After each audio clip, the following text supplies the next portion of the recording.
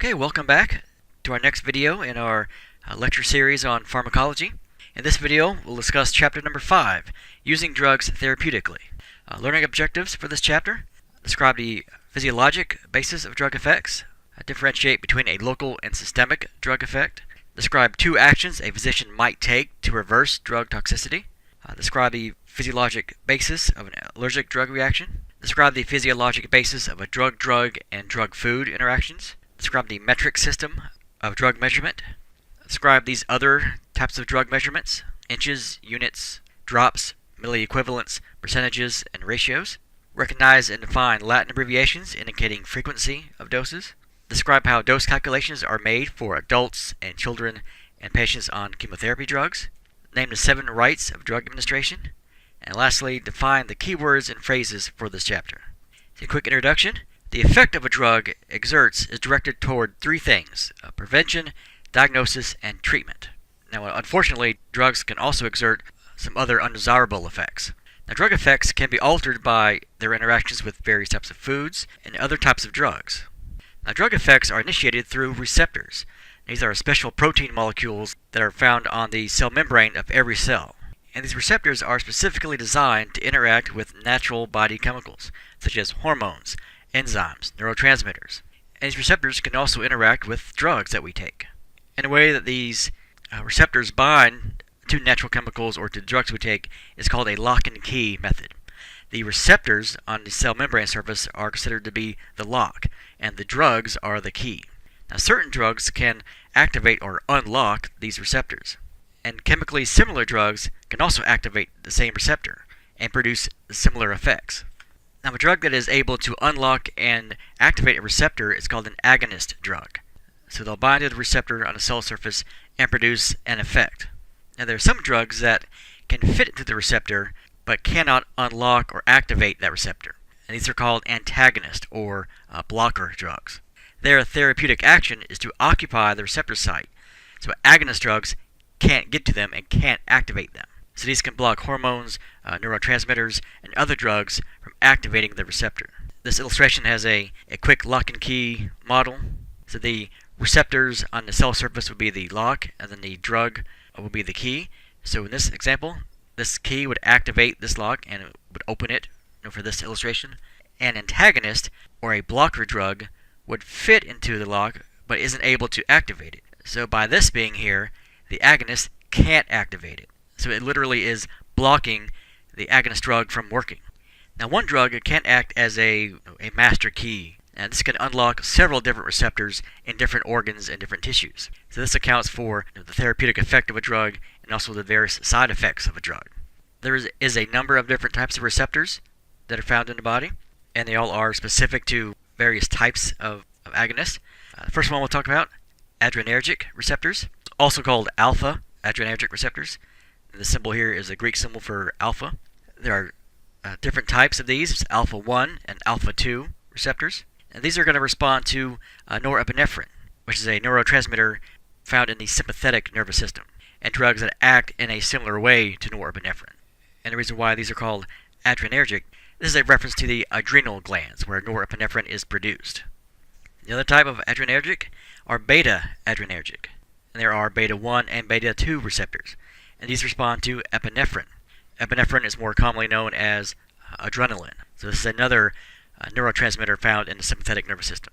And these receptors also respond to drugs that act in a similar way to epinephrine. Again, epinephrine is made in the adrenal glands, so that's why these are adrenergic receptors. Another type of receptor are cholinergic receptors, and these respond to acetylcholine. And the name cholinergic comes from the part of this neurotransmitter's name, acetylcholine, so that's why it's cholinergic. And acetylcholine is a very important neurotransmitter found in the parasympathetic nervous system.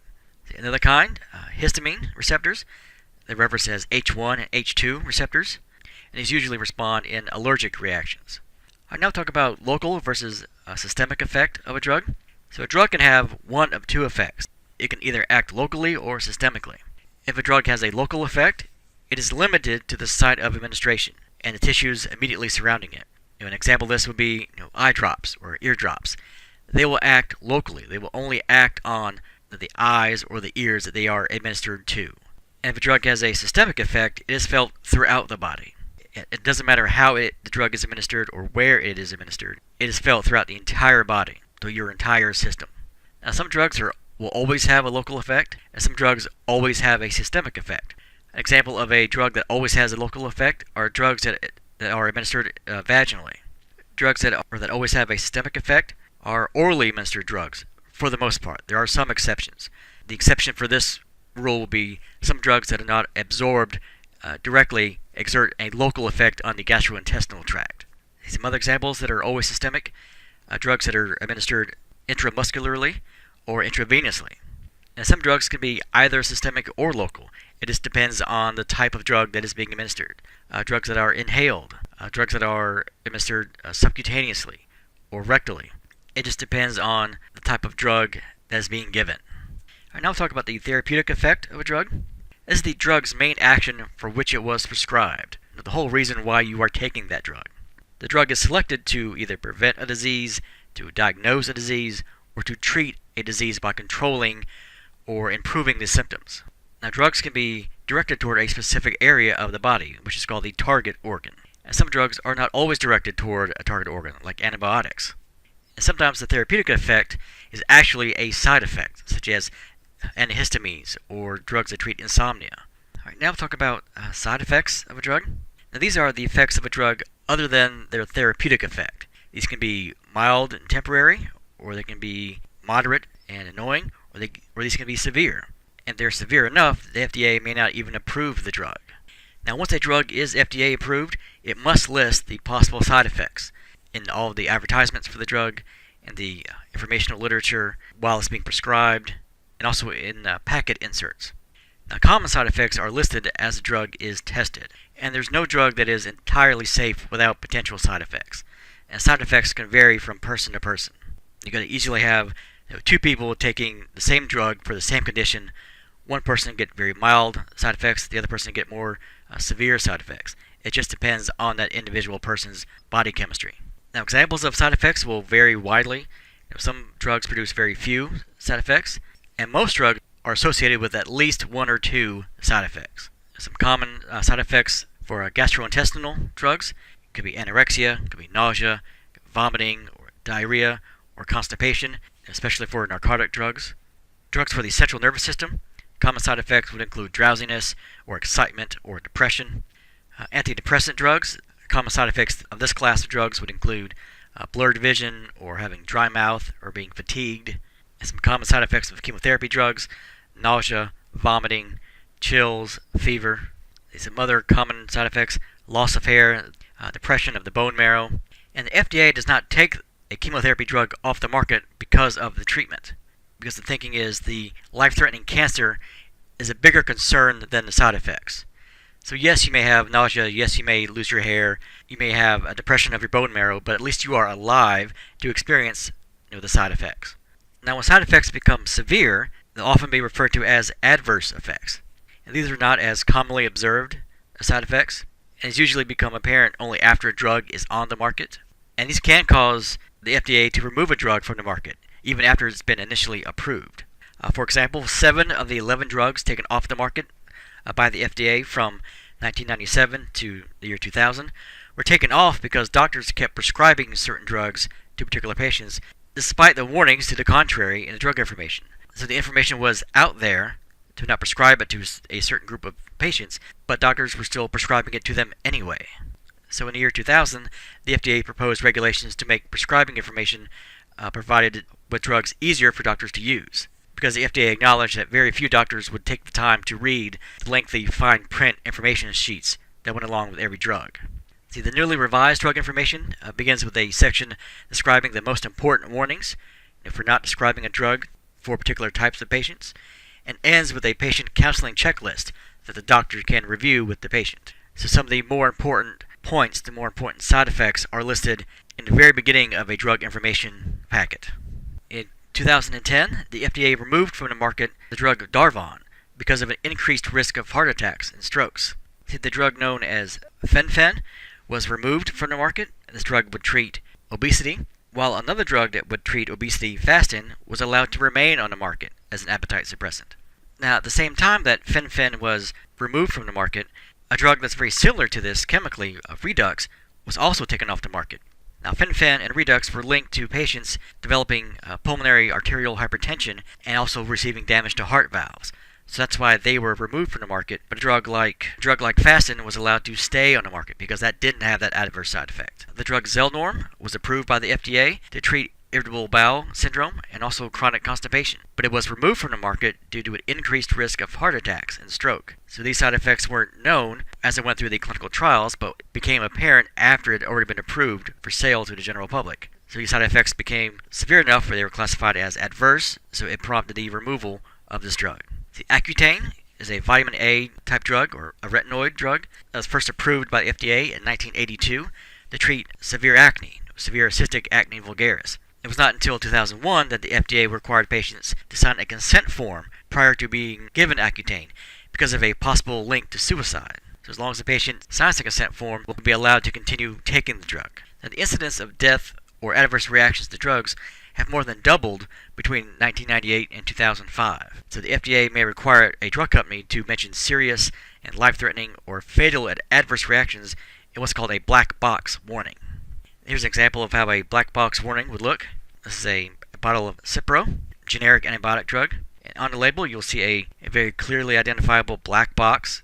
Any information that is key to this drug will be listed in this black box. For this drug, there's an increased risk of ruptures in tendons or tendinitis. This risk is even higher if the patient is over 60 or is on corticosteroid drugs or has had a kidney or heart or lung transplant. So information that is very important for the patient to know is listed in this black box. Now when it comes to adverse drug reactions, these account for over 1.5 million hospitalizations each year. That breaks down to 4,000 a day. After being admitted to the hospital, there's an additional 770,000 patients who develop an adverse drug reaction. So as many as 100,000 Americans die each year as a result of these adverse effects. So it's been estimated that for every dollar spent on a prescription drug, another dollar is spent to treat reactions caused by that same drug. And physicians and pharmacists can report adverse drug reactions to the FDA. Right, so on all prescriptions, the FDA's phone number must be published in a bold type on all drug information. And the FDA maintains the National Adverse Event Reporting System, or AERS. All right, now we'll talk about toxic effects of a drug. And this occurs when the drug's serum levels rise above the therapeutic level. And before a drug can be FDA approved, the drug company must show that a drug does not produce toxic effects when administered in therapeutic doses. And that brings us to a drug's TI, or therapeutic index. This is the narrow margin of safety between a dose that's considered to be therapeutic and a dose that's considered to be toxic. So when a drug with a low therapeutic index is administered, it is not uncommon to see toxic symptoms. Now when toxic symptoms occur, the doctor can either decrease the dosage of the drug, they can lengthen the time between doses, or they can just go ahead and discontinue the drug altogether. Patients who are on drugs that are known to frequently cause toxic effects will be scheduled for various things, including blood tests to monitor drug levels, another lab test to monitor functions on particular organs, in particular the liver. And this is done on a regular basis, once every 3 months, once every 6 months, once every year, just to make sure that the effects of the drug are not becoming toxic. All right, now we'll talk about the paradoxical effects of a drug. Now, a drug that normally produces a specific therapeutic effect produces the exact opposite effect in certain patients. A common example, benzodiazepines. This is used to treat anti-anxiety. But for some patients, this drug can actually cause anxiety and agitation in some patients. So you're defeating the whole purpose of taking the drug. Now we'll talk about allergic reactions to a drug.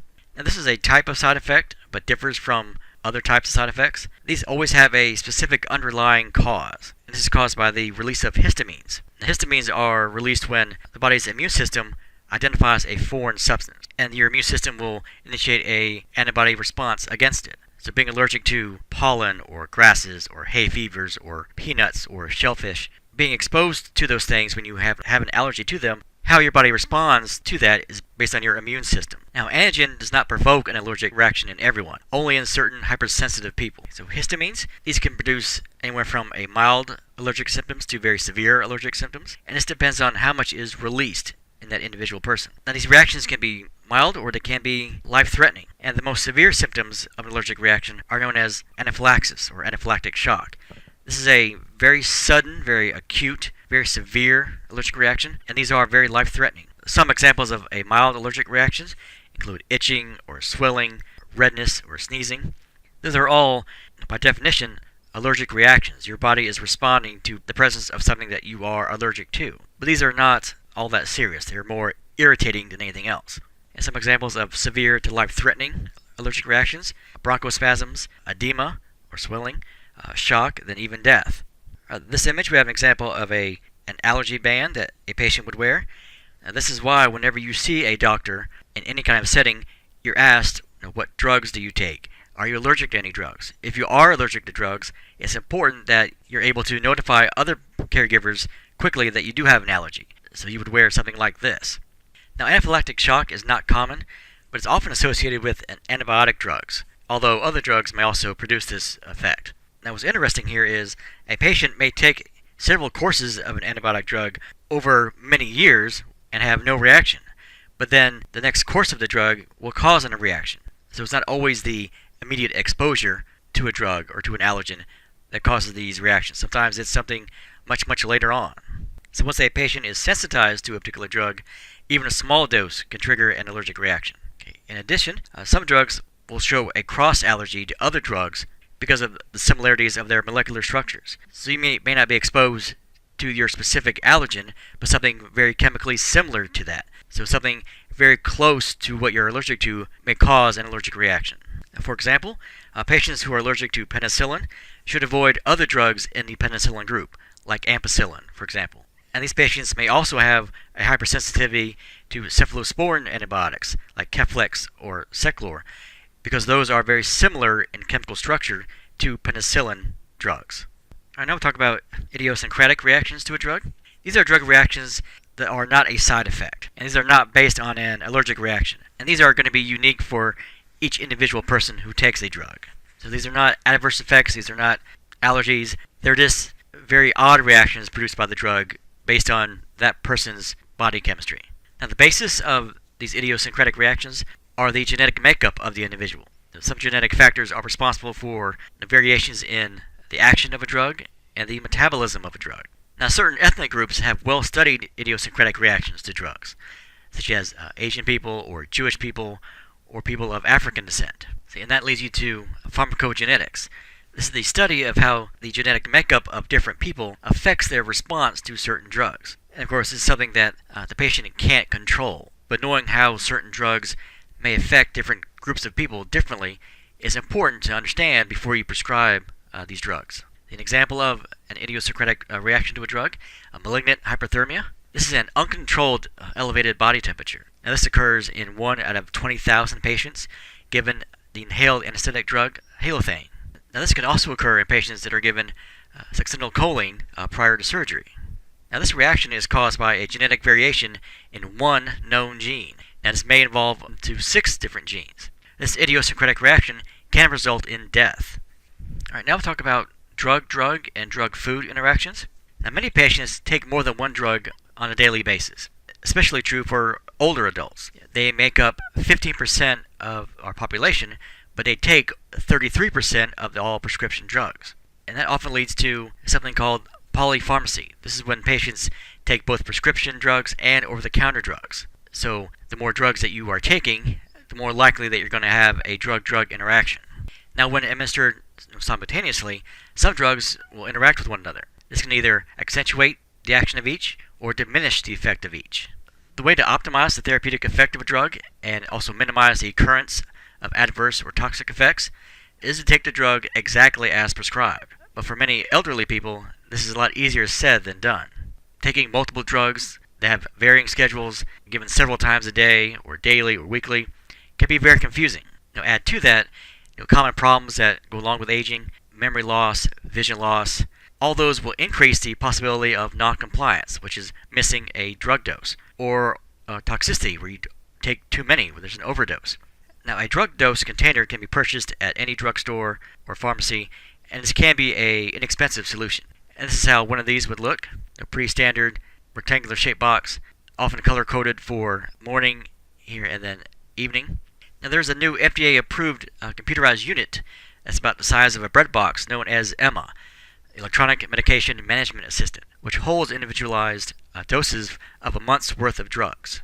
Now, the EMA will plug into a regular outlet and has a wireless connection to the internet to access the patient's medication administration record.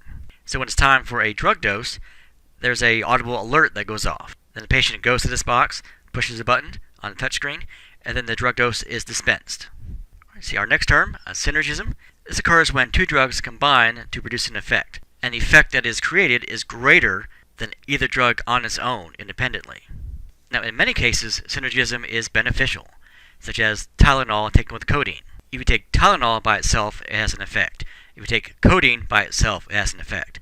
The effect when they're taken together is greater than they would be if taken individually. That's why it's a synergistic effect. Another example would be a potassium-wasting diuretics taken with a potassium-sparing diuretic. And it's something we'll talk about in a future chapter when we get to the drugs that affect the urinary system. Now, in some cases, synergism is very undesirable, such as combining tranquilizers and alcohol or antihistamines and alcohol, because you have the side effect of the drowsiness is heightened and the sedative effect of alcohol is heightened. So this often has a fatal result. So if you take tranquilizers by themselves, they have their own effect. You take alcohol by themselves, it has their own effect. You take them together, their effect is multiplied, so it makes it even worse. So this is exactly what you don't want to happen when taking these types of drugs. Now, the opposite of that, antagonism, this occurs when two drugs combine with each other to produce an effect. Now, the effect is less than the intended effect of either drug independently. So, for example, taking tetracycline with an antacid. Tetracycline by itself has an effect. Antacids by themselves have an effect. You take them together, and their effects are lessened, so they have a much lowered effect. See, drug-food interactions. There are many examples of when certain drugs should not be taken with certain types of food. For example, tetracycline cannot be taken with milk. It will not be effective. MAO inhibitors can't be given with foods that are high in tyramine. Taking this type of drug will cause a very, very serious spike in blood pressure, and it will require emergency treatment. Now move on to a drug alert. Now, the beneficial effects of drinking grapefruit juice may turn into a toxic effect if you're taking certain drugs. This is because grapefruit juice blocks an enzyme in the intestine that would normally break down a part of that drug before it enters the blood. So when this enzyme level goes down, much more active drug enters the blood, which can result in a toxic level. So this is how this would look. You would see a warning, do not eat grapefruit or drink grapefruit juice when taking this medication. For example, an antihistamine drug that's taken with grapefruit juice can cause the adverse effect of heart arrhythmias. A cholesterol-lowering drug taken with grapefruit juice can result in toxicity of blood levels that can be up to 15 times higher than normal. Okay, now we'll move into systems of drug measurement. And here are a few that we will cover here briefly. We have apothecary, there's metric, and then there's other types of systems, avoirdupois, and household systems. Alright, the first system we'll talk about is the apothecary system. Now, some of these apothecary measurements are still used today. These include liquid measurements such as a pint and quart and gallon. But other units that were used in the system would be grains and scruples and drams. Now, this system of drug doses for measurements has been discontinued. And the system also used a variation of Roman numerals with their measurements. Like I mentioned, one of the units that is used in the apothecary system is grains. So in this bottle of nitroglycerin tablets, you see the regular dosage that would be used, the 0.4 milligrams, but the equivalent to that in the apothecary system is 1/150th grain. And here's what I mean by the Roman numerals used for drug dosage. And these were used in handwritten prescriptions. Our next is the metric system of drug measurement, developed by the French in 1790. It's also known as the International System of Units, or SI units. And this has been adopted as the exclusive unit of measurement by the AMA, American Medical Association. And this is a much easier system to use because it's all based on powers of 10. And there are some standard units that are used in the system. When you're measuring length, you use meter. For weight, you use kilograms. And for volume, you use liter. A very common length measurements that come up, centimeter, for example. And prefix centi means 100th. So a centimeter literally translates to 1/100th of a meter. Alright, a quick focus on healthcare when it comes to measurements involving medications. When you're using a liquid In a tubing, for example, what we end up having is a cube that is formed that is 1 centimeter long on every single side. So this is known as a cubic centimeter, or cc, and that is equivalent to 1 milliliter. So 10 cc's, or 10 cubic centimeters, is exactly the same thing as 10 milliliters. So those are equivalent in measurement. So these units are used often to express volumes of liquid drug doses. And even though the main unit for weight in the metric system is kilograms, when you're talking about weighing out drugs, obviously you will not use kilograms. A kilogram is 2.2 pounds. So if you are prescribing that amount of weight in drugs, you're going to kill somebody. So when it comes to drug dosages, you'll be using milligrams, decagrams, and so on. And so kilograms are used to measure a person's weight. So this is important when calculating correct drug dosages. For example, 50 kilograms is the same thing as 110 pounds. And then most drugs will be measured in milligrams, micrograms, decagrams. So it is important to know how to convert pounds from kilograms and then vice versa. Otherwise, you'll be prescribing drugs that are way too low in quantity or way too high in quantity. When it comes to the measurement of volume in a metric system, you'll be using liter and variations of that, such as milliliter. And 1 liter is the same thing as 1,000 milliliters. And again, when it comes to prescribing drugs, you will not be using liter. If you are prescribing drugs by the liter, you're going to kill somebody. So that's why you almost always will be using milliliter or less. Alright, when it comes to drug measurements in the metric system, they are never expressed as fractions. If a drug dose is less than 1, it will be written as a decimal and always has the number 0 in front of it. So you'll never see 0.5 milligrams of something. It'll be 0.5, 0.1, because it'd be very easy just to overlook the decimal. So instead of prescribing 0.5 milligrams of something, you may be giving 5 milligrams of something, which is quite different. This table is some very common units of measurements and the equivalents. 1 kilogram is 1,000 grams. Kilo always means 1,000. 1 gram, the same thing as 1,000 milligrams. 1 milligram is 1,000 micrograms. And the prefix micro always means 1 millionth. There are some other drug measurements. One of these is a generic unit. Some drugs are never measured by the metric system, but instead by a special designation called a unit, such as penicillins. So 1 unit would be 0.6 micrograms of penicillin G. See, all types of insulin are defined by the weight of pure insulin, and these will be manufactured in 100 units per milliliter, and you'll see this abbreviated on the packaging as the letter U and 100. And the exact value will vary from drug to drug. Alright, this image we have an example of Humalog, which is a human form of insulin created by using recombinant DNA technology. And you can see here 100 units per milliliter, indicated by this U100. Alright, this image we have an example of an insulin syringe. When dispensing insulin, you'll be using a different type of syringe as opposed to what you would use for other types of liquid drugs. You can tell here at the bottom of the syringe, you'll have the word units. The other drug measurements, the inch. There's only one common medication that uses this unit when it is dispensed, and that is a nitroglycerin ointment, or nitro-BID. This is a pad of specially marked paper, and the ointment is actually squeezed onto the paper itself. And the prescribed doses for this drug would range from a half-inch square to a 4-inch square. The other drug measurements, using drops. This will be abbreviated on the prescription form by the letters GTT. These are common for eye medications and ear medications. The milliequivalents. An equivalent is the molecular weight of an ion divided by the number of hydrogen ions it reacts with. So a milliequivalent is 1/1000th of an equivalent. So this unit will be abbreviated by the letters MEQ. Here's an example of a drug that would use this unit, chlorcon, which is a potassium chloride. You see the dosage written 2 separate ways. This drug is 750 milligrams, but also the same thing as 10 milliequivalents. Another type of drug measurement is a percentage. And it's like a percentage represents in math. It's one part in relationship to the whole. This is based on a total of 100%. So a 10% solution would be composed of 10 milliliters of the drug in a 100 milliliters of liquid. So the drug is 10% of the overall liquid container.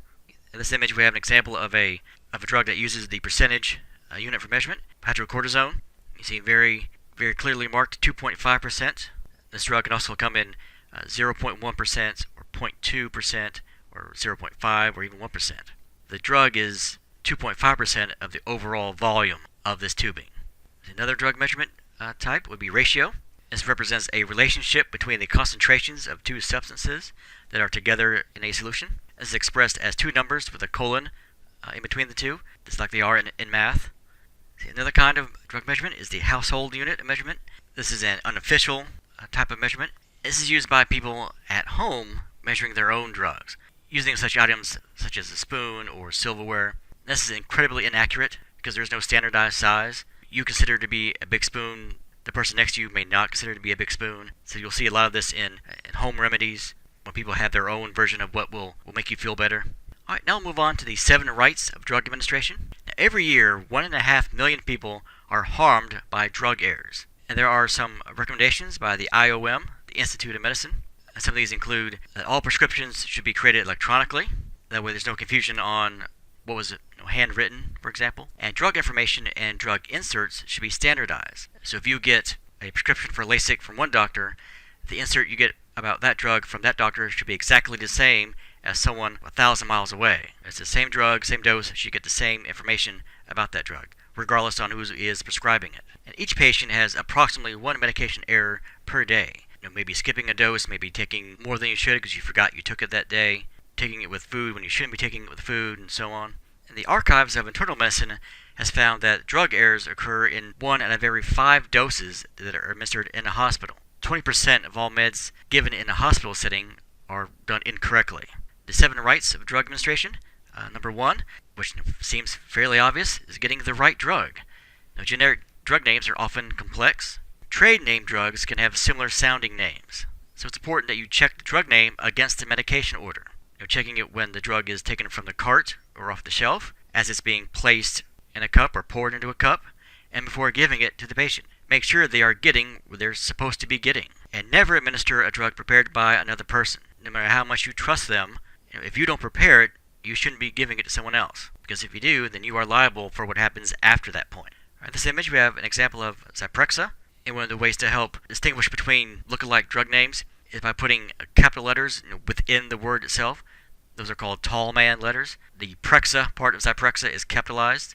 For normal grammar, you wouldn't be doing that, but it's to highlight what this drug is, to distinguish it from other drugs that sound similar to this. All right, number 2, the right drug form. The same generic and trade name drugs can be manufactured in several different forms. So the drug form is noted on the prescription or the medication order, so there's no confusion. So making sure that if the prescription is for an oral administration, make sure it's not given in a spray form or in an effervescent tablet. Number 3, the right drug dose. Now, calculating drug dose is an extremely important process. Now, for adults, the standard adult dosage is appropriate for almost everyone. This is preset by the drug company during the process of going through the clinical trials. Now, the patients who fall outside of this range will have to have their dosages adjusted. Those could include those who are elderly or who are very thin or very obese.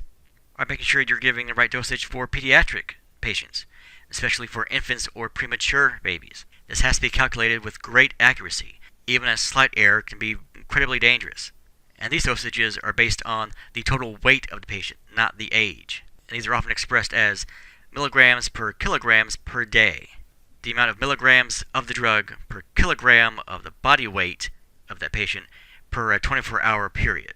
All right, making sure you're getting the right dose when it comes to chemotherapy drugs. Now, this is calculated based on the patient's total body surface area. So this is customizing the dose for each patient to maximize the effectiveness of the drug and also to minimize any side effects. And this is expressed by milligrams per square meter of body surface area. If you have 2 patients who are receiving the same chemotherapy drug, one is 300 pounds and one is 100 pounds, obviously they're not going to get the same dosage, because giving both of them the same dosage will make one very, very sick or have very little effect on the other. So when it comes to chemo drugs, it has to be calculated by body surface area. All right, number 4, make sure you're getting the right route of administration. It's important to check the prescribed route and making sure that the drug form that you're prescribing is compatible with that route. All right, number 5, the right time. This is measured in the frequency of the dosages. Twice a day, 3 times a day, in the morning, or at bedtime. There are a number of commonly used abbreviations that indicate frequency. And these are all based on Latin phrases. BID for twice a day, QD every day, QH every hour. It all comes down to what's called chronotherapy, to coordinate the administration and metabolism of a drug to the body's own biological rhythms. There are important reasons why you take some drugs right before you go to sleep, or right when you first get up in the morning, or right after you eat, or right before you eat. There are important reasons why you are told to do those things. Alright, this table we have some very common abbreviations. Drug administration. Let's see, BID, bis in die, which means twice a day. NPO, nil per os, nothing by mouth. PC, after meals. So these are all very, very common. Again, they're all based on Latin phrases. All right, number 6, the right patient. In home situations, dispensing to yourself is not difficult. In a healthcare facility, many patients receive drugs, so being able to correctly identify the patient is crucial. This is why when you're in a hospital setting, almost everyone that you see asks you to confirm your full name and your birth date, and sometimes what you're being treated for, to make sure that they know they're talking to the right person. And number 7, the right documentation. Only after a drug is administered should information be entered in the medical or medication admin record, such as drug name, form, dose, the unit that was used to measure it, and the route of administration, and then the signature or the initials of the person who administered that drug. So all 7 of these steps, the 7 rights of drug administration, many of them are common sense, but it is important to follow them that there's less of a chance to having a drug error. But the more you can do to help eliminate those possibilities, the better. Alright, that brings us to the end of chapter number 5 in our video series on pharmacology. We will continue our video course with our next video on chapter number 6, the prescription, the pharmacy, and the pharmacist.